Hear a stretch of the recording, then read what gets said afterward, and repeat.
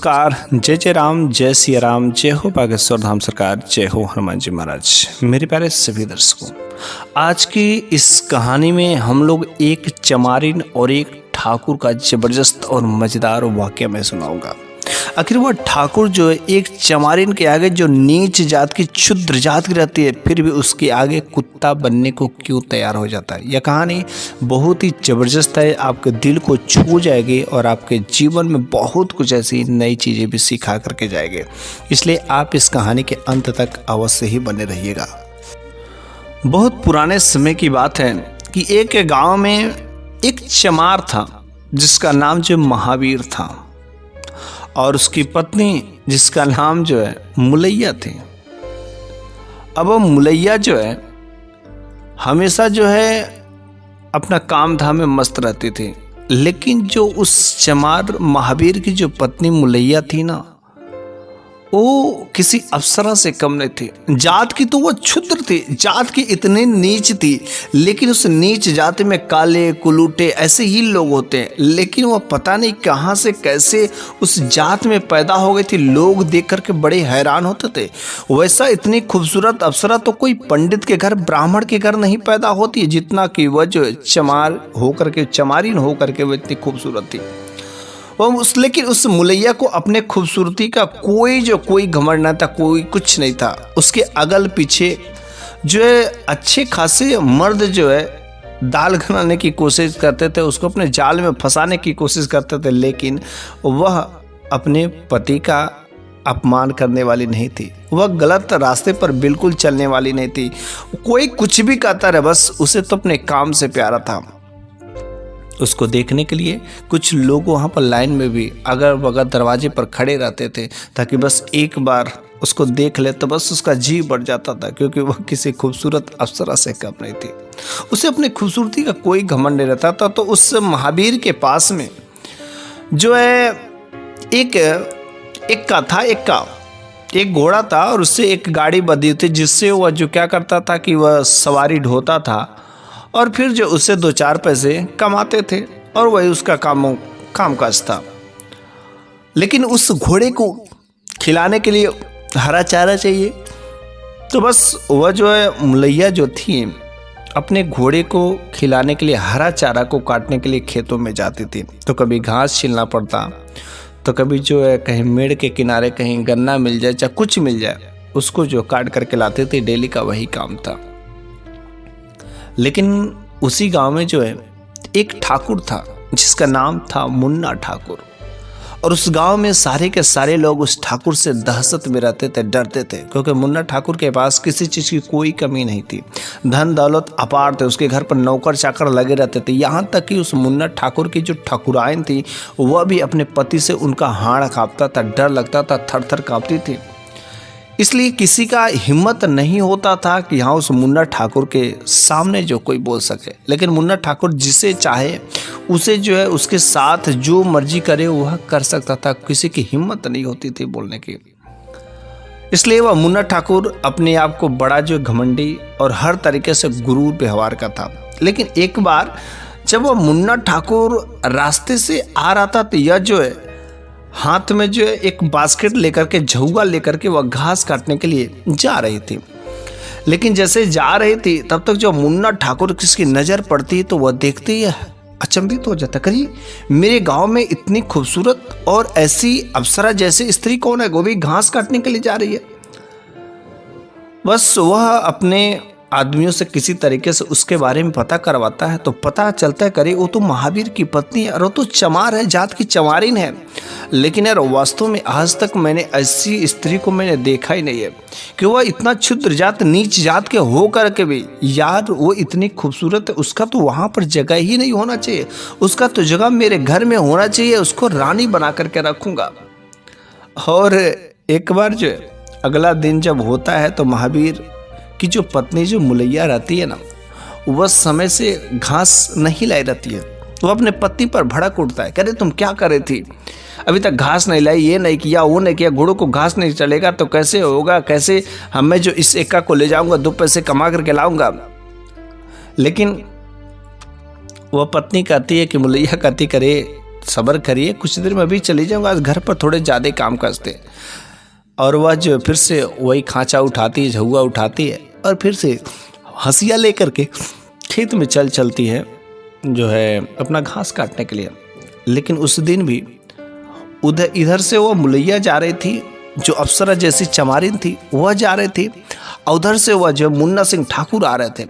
लेकिन जब ठाकुर ने इसको देखा तो उस ठाकुर की नीयत खराब हो जाती है, चूँकि वह अभी पैदल ही आ रहा था ठाकुर, और यह भी ठाकुर सिंह जो था अकेला था और यह भी अकेले थे, तो दोनों अपोजिट डायरेक्शन से जा रहे थे। लेकिन जैसे ही जब बगल से गुजरते हैं तो उस मुन्ना ठाकुर ने तुरंत उस मुलैया की हाथ पकड़ लेता है, कहता है कि देखो जी, मेरा तो दिल तुम पर आ गया और एक बार तो बस तू हाँ कर दे तो मैं तेरे को अपनी रानी बना करके रखूंगा। उस दिन वह जो है चमारिन जो रहती, मुलैया रहती है, उस जैसे वो हाथ पकड़ता ना, उसका हक्का बक्का सब शांत हो जाता है और बस वह तुरंत हाथों से उसके छोड़ा करके वह भाग जाती है। उस अपना झहुआ को लेकर के, जो बास्केट रहता है उसको लेकर के चली जाती है घास काटने। लेकिन जब घास काटने चली जाती है तो ठाकुर सिंह, जो मुन्ना ठाकुर रहता है, बड़ा अपमानित अपने आप को समझता है कि आज तक मैंने जिसका हाथ पकड़ा किसी की हिम्मत नहीं हुई कि वह छुड़ा करके चला जाए, और इसकी इतनी हिम्मत कि मैंने हाथ पकड़ा। शायद उसको मेरे बारे में पता ही नहीं है कि मैंने जिसको चाहा है उसको अपने बिस्तर पर सजा लिया है, उसके साथ मैंने रात गुजार ली। लेकिन आज पहली बार जो मेरा किसी स्त्री ने अपमान किया, उस मुन्ना ठाकुर को ऐसा लगा कि मेरा बहुत बड़ा अपमान हुआ। मुन्ना ठाकुर के आंखों से आंसू आ गए, कितना बड़ा अपमान मैं कैसे बर्दाश्त करूंगा। वास्तव में ये जो चमारिन है, और चमारिन में इतना गुरूर मैंने तो आज तक देखा ही नहीं, नीच जात का होते हुए भी मुन्ना ठाकुर ने कुछ प्रण किया कि जैसे भी उससे मेरे को बात तो करना ही पड़ेगा। और फिर जो है उधर वो मुलैया जाती है घास काटने, तो किसी तरीके से तो घास तो काटती है, लेकिन उसके आंखों से आंसू अचानक छलक रहे थे, डर से, भय से, कि आखिर आज उस ठाकुर ने मेरे हाथ पकड़ लिया। कल मेरे साथ कोई छेड़खानी कर सकता है। अगर मैं नीच जात की ना होती, क्षुद्र जात की नहीं रहती, तो काश मेरे साथ ऐसा कोई नहीं करता, किसी की हिम्मत नहीं होती। और वो अपने भाग्य को कोसती है, लेकिन मन ही मन संतोष करती, चाहे जैसा भी हो सब कुछ ठीक है। लेकिन उसके अंदर जो डर बैठ के रहता है कि क्योंकि वह जो हाथ पकड़ लिया था, वह सोचती कि अगर मैं घर पर जाकर के कहूँगी तो शायद मेरा पति मेरे को बोलेगा, डांटेगा। मेरी जो सास है वह भी बोलेगी, डांटेगी, भला ठाकुर सिंह ऐसे कैसे कर सकते। नहीं कर सकते, वे लोग जो है बिल्कुल ऐसा विश्वास नहीं करेंगे। इस वजह से जब घर पर जाती तो वह किसी से कुछ नहीं कहती है। जब अगला दिन घास काटने की बारी जब आती तो वह चमारिन से उसकी सास कहती, अरे तू घास काटने क्यों नहीं जाती है? तो वह कहती, आज मेरा मन नहीं करता है। वह कहते, अरे तेरे को मन नहीं करता तो घोड़े क्या खाएंगे, कौन लाएगा घास? मेरे पास इतना जो है दम नहीं है, मेरे पास इतना बल नहीं रह गया। तुम्हारा पति हमेशा काम में मगन रहता है, तो बताओ इस घोड़े के लिए कौन लाएगा घास? और फिर से घोड़ा का इक्का कैसे चलेगा? तुम्हें घास लाना ही पड़ेगा। वह कहती कि नहीं, आज मेरा मन बिल्कुल नहीं है। तो वह कहती, बगल वाले किसी के साथ चले जाओ और घास लेकर के चली जा।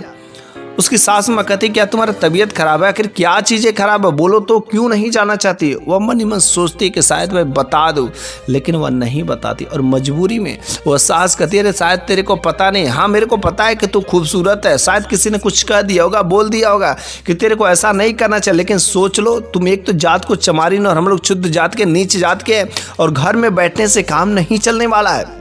तुमको काम करना ही पड़ेगा। किसी की खूबसूरता लेकर के मैं तुम्हारी खूबसूरती को चाटूंगी नहीं, बल्कि तुम्हें काम करना ही पड़ेगा। कोई कितना भी हो, घर का कोई राजा हो चाहे कुछ भी हो, 2 दिन 4 दिन तुम्हारी खूबसूरती में 4 चांद लगाएंगे। लेकिन जब तक तुम काम नहीं करोगे ना एक दिन तुम्हारे साथ बुरा बर्ताव करना शुरू ही कर देंगे। इसलिए काम करना ही पड़ेगा तुम्हें, चाहे जैसे भी हो। जब तबीयत कुछ खराब नहीं है तो तुम फिर क्यों घर पर बैठना चाहती हो? जाओ घास लेकर के आओ। बेचारी वह आंखों में आंसू लेकर के फिर से वह हंसिया और जो है बास्केट उठाती है और घास काटने के लिए निकल पड़ती है।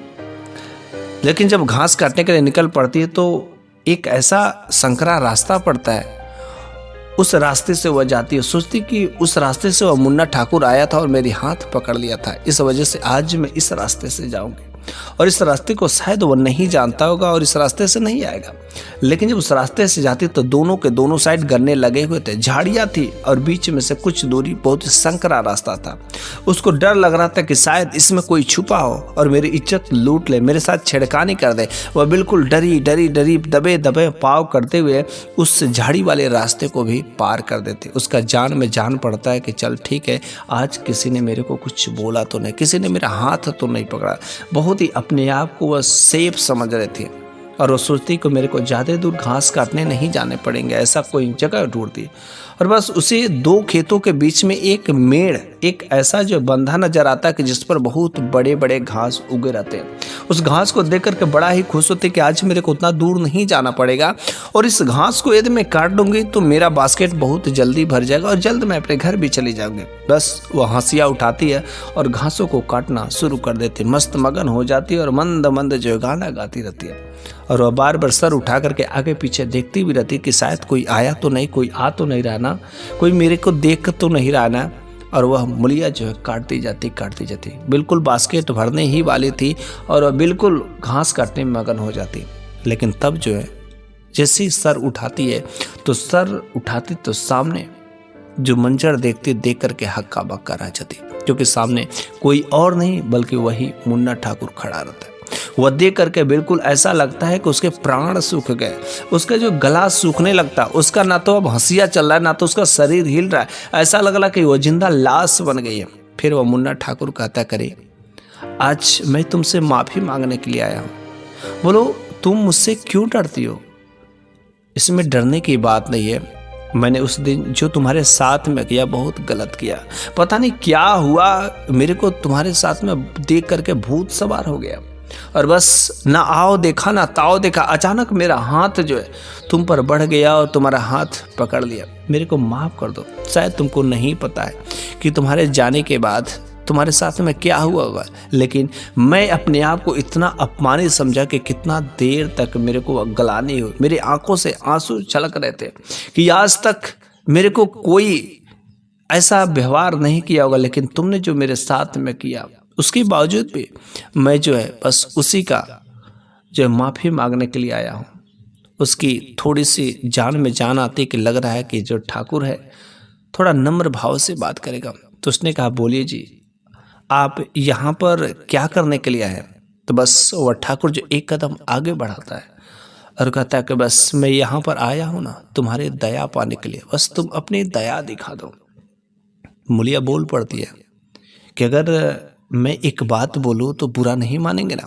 पता नहीं कैसे उस मूलिया के अंदर इतनी हिम्मत आ जाती है उस मुन्ना ठाकुर के सामने बात करने की, क्योंकि सारे के सारे गांव वालों में सारी दहशत, उसके सामने किसी की हिम्मत नहीं होती कि नज़र से नज़र मिला करके बात करने के। लेकिन पता नहीं कहाँ से उस मूलिया के अंदर हिम्मत आ जाती है और उस ठाकुर से नज़र नज़र मिला करके कहती कि एक बात मैं पूछूं तो बुरा नहीं मानेंगे ना। उस मुन्ना ठाकुर ने कहा, नहीं, जो तुम पूछना चाहो पूछ सकती हो। उसने कहा, क्या आपकी शादी हो गई है? उसने कहा, हाँ मेरी शादी तो हो गई है, लेकिन ऐसी ज़बरदस्ती रिश्ता चलाने से क्या फ़ायदा जहाँ पर मेल जोल नहीं खाता। बस तुम एक बार तुम अपनी दया दिखा दो तो किसी चीज़ की कोई कमी नहीं रहेगी। वो मूलिया बल्कि सुंदर थी, लेकिन उसके साथ ही साथ नीच जात होने के बावजूद भी वो बुद्धिमान थी।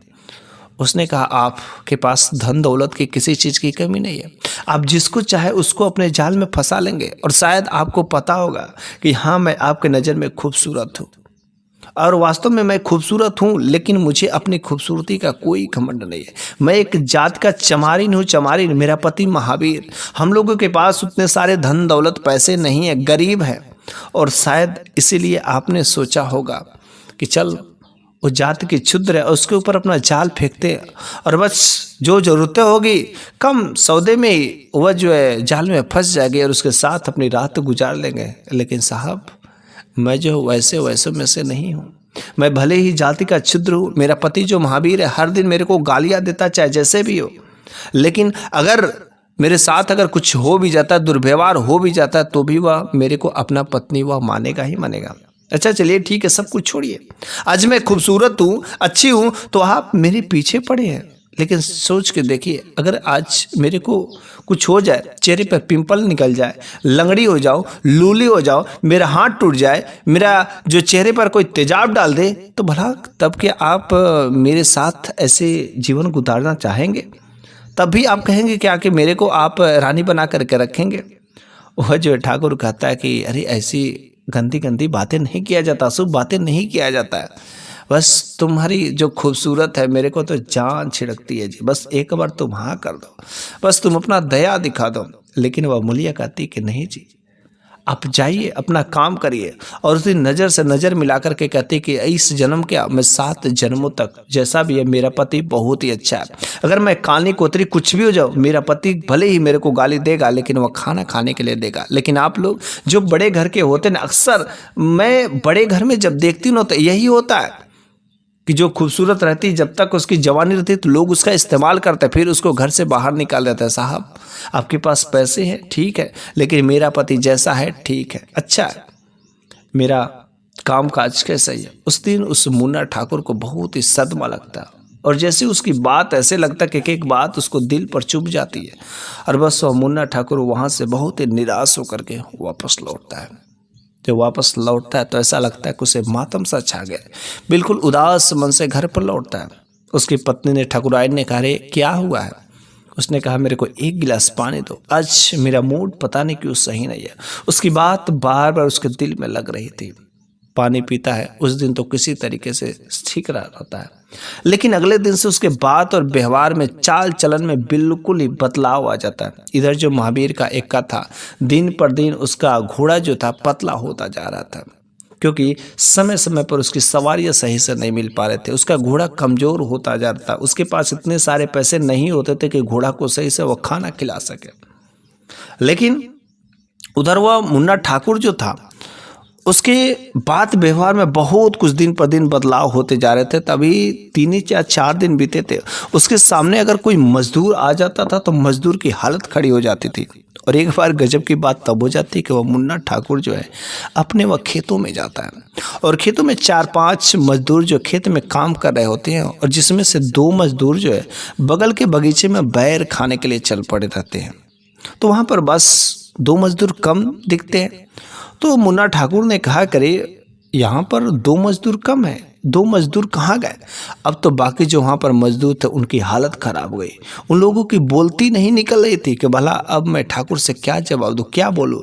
तीनों का हालत, सारे के सारे मजदूरों की हालत खराब हो गई थी। लेकिन तब तक वे दोनों बाकी मजदूर उधर जो बगीचे से बैर तोड़ करके और एक कोने में कपड़े के अपने लुंगी पहने हुए थे, उसमें जो बैर गांठ लगा करके और लेकर के खाते हुए मस्त बात करते हुए आ रहे थे।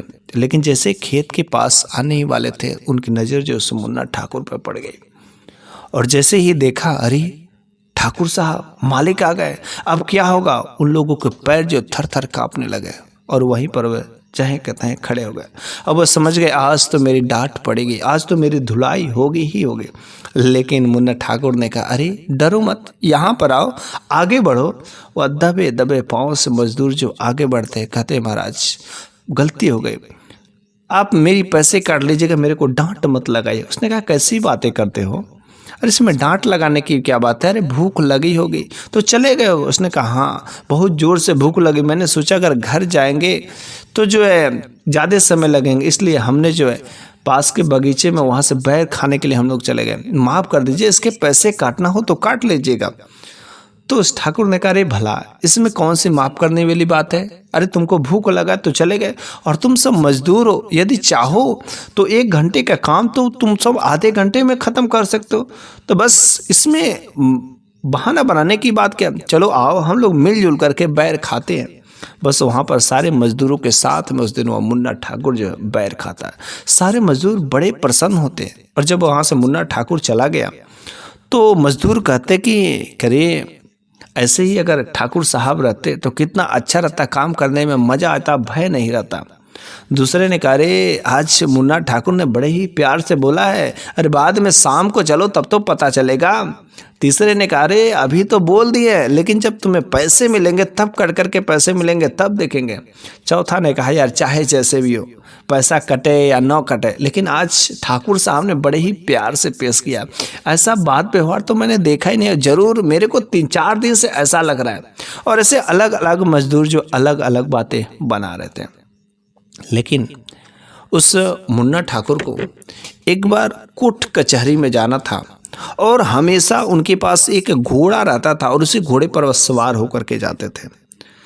तो उसने सोचा कि आज मेरे को घोड़े से नहीं जाना है, बल्कि तेज धूप पे थी, इसलिए उसने सोचा कि गांव में जो महावीर के पास इक्का है उस इक्के से सवारी करके चलते हैं। और उसने महावीर को बुलवाया। महावीर जो तुरंत इक्का लेकर के चला गया। लेकिन उस मुन्ना ठाकुर ने जब उस घोड़े की हालत देखी तो कहा अरे महावीर तुम्हारी घोड़े की हालत तो बहुत ही खराब होती जा रही, इतना दुबला पतला कैसे हो गया। उस महावीर ने कहा क्या बताऊं ठाकुर साहब, दिन पर दिन जो है सवारियों की संख्या कम होती जा रही है और पैसे कम मिल रहे हैं, महंगाई बढ़ती जा रही है, जिसकी वजह से घोड़े को सही से खिलाने के लिए 2 पैसे 4 पैसे मिलते उससे अपने ही खाने के नहीं होते, तो मैं घोड़े को कैसे खिलाऊं। बस हरी घास कुछ मिलते हैं तो बस वही खिला पाता, उसके सिवा कुछ दाना नहीं खिला पाता हूँ। इसी वजह से मेरी घोड़े की हालत, और देखिए ना ये घोड़े की ये जो मेरी इक्का इसकी गद्दियाँ सब कुछ बदलना, लेकिन ठाकुर साहब मेरे पास पैसे की कमी है जिसके वजह से मैं इसकी स्थिति सही से नहीं कर पा रहा। उसने कहा चल ठीक है चाहे जैसे भी हो, चल हम लोग चलते हैं। और ठाकुर साहब जो है उस इक्का पर बैठ जाते हैं और रास्ते भर जो बात करते करते जाते हैं। फाइनली वह कचहरी पहुंच जाते हैं। उसने कहा कि कुछ दूरी पर जाओ, तुम अपना काम काज कोई सवारी मिले तो उसको भी पैसे कमा लो, अगर नहीं मिले तो कहीं किनारे पेड़ की छांव में खड़ा रहना। और लगभग जो 2 या 3 बज रहे थे तो वहाँ पर ठाकुर साहब का काम समाप्त हो जाता है और वह कचहरी के बाहर आ जाते हैं। लेकिन वहाँ पर जो नज़ारा देखते हैं बहुत ही अजीब नज़ारा था। उसने देखा कि अरे एक औरत, और जिस औरत वह जो थी घास बेच रही थी, घास बड़े बड़े बास्केट में वो जो घास रखी हुई थी और वह उसके जो पैसे मांग रही थी 10 रुपये 5 रुपये अलग अलग बंडल के। तो लोग कहते करे तुम जो 5 रुपये, अरे इतना तो घास नहीं है। उसने कहा चाहे जैसे भी हो, बगल वाले भी बहुत घास काटने वाले, वहाँ पर जा कर के देख लो, मैं तो इतने में ही दूंगी। वहाँ पर कई सारे लोग आते हैं और कुछ लोग जो इसकी इज्जत का भी फाजा बढ़े, तुम इतनी खूबसूरत हो, अरे बोलो तो मैं तुम्हें घास क्या तुम्हें भी खरीद लूँगा। लेकिन वह कहती करे नहीं नहीं मेरे को बस घास ही बेचना, मेरे को नहीं बेचना, आप बस मेरा घास ले लीजिए, मेरे को उतना ही चाहिए। उसने कहा घास की तो क्या कीमत है, अरे तुम्हारी कीमत बोलो ना, तुम अपनी कीमत। ऐसे कुछ लोग उसके साथ मजाक करे थे, उससे छेड़ रहे थे। लेकिन जब वह ठाकुर साहब उस औरत की ओर नज़र करते हैं तो वह देखते अरे ये तो महावीर की पत्नी मुलैया है। वह जो मंद मंद मुस्कुरा करके वह जो कस्टमर से ग्राहकों से बातें कर रही है, लेकिन उसे किसी का बात बुरा नहीं लग रहा है, क्योंकि वह वहाँ पर घास बेच रहे थे। कोई कस्टमर होते अलग अलग प्रकार के बातें करते और हर प्रकार के बातों को शायद उसे सहने की आदत हो गई थी। जब ठाकुर साहब का नज़र उस पर पड़ा तो बहुत ही बुरा लगा। वह नहीं चाहते थे कि हाँ ये ऐसा लोग उसके साथ में मजाक उड़ा इस तरीके से करे, बहुत ही बुरा लग रहा था। लेकिन तब तक एक वकील साहब आते हैं और उस वकील साहब ने अपनी गाड़ी रोकी और कहा कि मेरे को पूरा घास दे दो, और बस कुछ पैसे की बात हुई, तुरंत पैसे दिया और वह मुलैया हंस पड़ी और हंस करके सारी की सारी घास वो ले करके चले गए। लेकिन दोनों में क्या बातें हुई ठाकुर साहब को समझ नहीं आता है। और पैसे बेचने के बाद वह तो घर को चली जाती है। फिर जो है कुछ देर बाद जो महावीर जो अपना इक्का लेकर के आता है, ठाकुर साहब वहाँ पर इंतज़ार में रहते हैं। फिर ठाकुर साहब बैठते हैं और कहते हैं कि देखो जी तुम्हारी पत्नी जो मुलैया ना, वो जो काम करती है मेरे को आज बहुत बुरा लगा। यदि एक बात मैं बोलूँ तो उसको बुरा नहीं मानो तो ठीक है। उसने कहा बोलिए ठाकुर साहब क्या चाहते हैं आप। उसने कहा देखो मेरे को रोज़ इधर उधर कहीं ना कहीं जाना रहता है और तुम्हारी स्थिति मेरे से देखी नहीं जा रही है। और आज जो तुम्हारी पत्नी के साथ ना लोग अलग अलग प्रकार के अलग अलग बर्ताव कर रहे थे, मेरे को देख करके अच्छा नहीं लगा। और तुम्हारी इज्जत मेरी इज्जत है, और आज से तुम हमेशा मेरे यहाँ पर काम करोगे। करना क्या है, तुम अपना इक्का लाना और हमेशा मैं तुम्हारे इक्के की सवारी करूँगा, और उसके बदले मैं रोज़ तुम्हें अच्छी खासी रकम दिया करूँगा। और जब तुम्हें कुछ भी चीज़ की ज़रूरत हो तो बस बिना हिचक के बोल देना। लेकिन हाँ, यह बात जो है तुम जो अपनी पत्नी को मत बताना, अपनी पत्नी मुलैया को। लेकिन इसके बदले एक और काम तुम्हें करना पड़ेगा, अपनी पत्नी को दोबारा कभी जो है घास बेचने के लिए मार्केट में मत भेजना। उसने कहा नहीं ठाकुर साहब, आप ऐसी बातें क्यों कर रहे हैं? हम सोच रहे हैं कि इस एका को कहीं बेच उसे देते तो इसके बदले कुछ पैसे मिल जाते, और हम भी जो अपनी पत्नी के साथ घास बेचते तो अच्छे खासे पैसे मिलते। ठाकुर साहब ने कहा जितने तुम पैसे कमाने को सोच रहे हो, बस तुम मेरी सवारी कराना, उससे अच्छे खासे मैं पैसे दूंगा। उसने कहा ठाकुर साहब, आपसे भला मैं पैसे लेने की बात क्या करूं? आप ही का तो नमक खाता हूं, आप ही का तो सब कुछ खाता हूं, और मैं आपसे पैसे कैसे ले सकता हूं? उस मुन्ना ठाकुर ने कहा नहीं, तुम्हें पैसे लेने पड़ेंगे, और कल से तुम हमेशा मेरे लिए तैयार रहना। और उस दिन से वह जो मुन्ना ठाकुर के हर दिन जो एक्का पर सवारी कराता, और उसकी स्थिति धीरे धीरे सही हो जाती है। लेकिन एक दिन वह मुन्ना ठाकुर अपने खेतों से जो वापस आ रहे थे, तब तक जो है वह मुलैया जो दौड़ी दौड़ी दौड़ी दौड़ी जो है उस मुन्ना ठाकुर के पास में आती है और कहती करे, हर दिन जो है आप मेरा इंतज़ार करते थे, लेकिन कितने दिनों से मैं आपका राह देख रही थी, और मैं सोची कि आपको धन्यवाद कर दो। उसने कहा कैसा धन्यवाद, किस चीज़ का? अरे लग रहा है कि महावीर ने तुम्हें सब कुछ बता दिया क्या? उसने कहा अरे वो मेरे पति है, और मेरे से भला वो कैसे बातें छुपा सकते हैं? लेकिन ठाकुर साहब, आपने जो किया, अगर ऐसा सोच रहे कि ये सब एहसान करके मैं आपके जाल में फंस जाऊंगा, तो ऐसा बिल्कुल ही मत सोचिएगा। मैं ऐसी वैसी नहीं हूँ, भले ही मैं नीच जात की हूँ। इस प्रकार की अगर आप उम्मीद रखते हो तो ऐसा ख्याल जो बिल्कुल हटा दीजिएगा। उस ठाकुर साहब ने कहा अरे तुमने मेरी आंखें खोल दी है। आज तक मैंने बहुत सारे लोगों को दिल दुखाया, और वास्तव में जो तुमने उस दिन खेत में मेरी बेइज्जती की, मेरे को जो पाठ सिखाया ना, उस दिन तो मेरे कान खुल गए, मेरा दिल और दिमाग खुल गया, और उस दिन से मैं बिल्कुल बदल गया हूँ। मेरे को अब ये सब चीज़ें बिल्कुल नहीं चाहिए, और मेरे को लगता है कि अगर ऐसी स्त्री हर पुरुष को अगर मिल जाए तो उसका घर जो स्वर्ग से बेहतर होगा।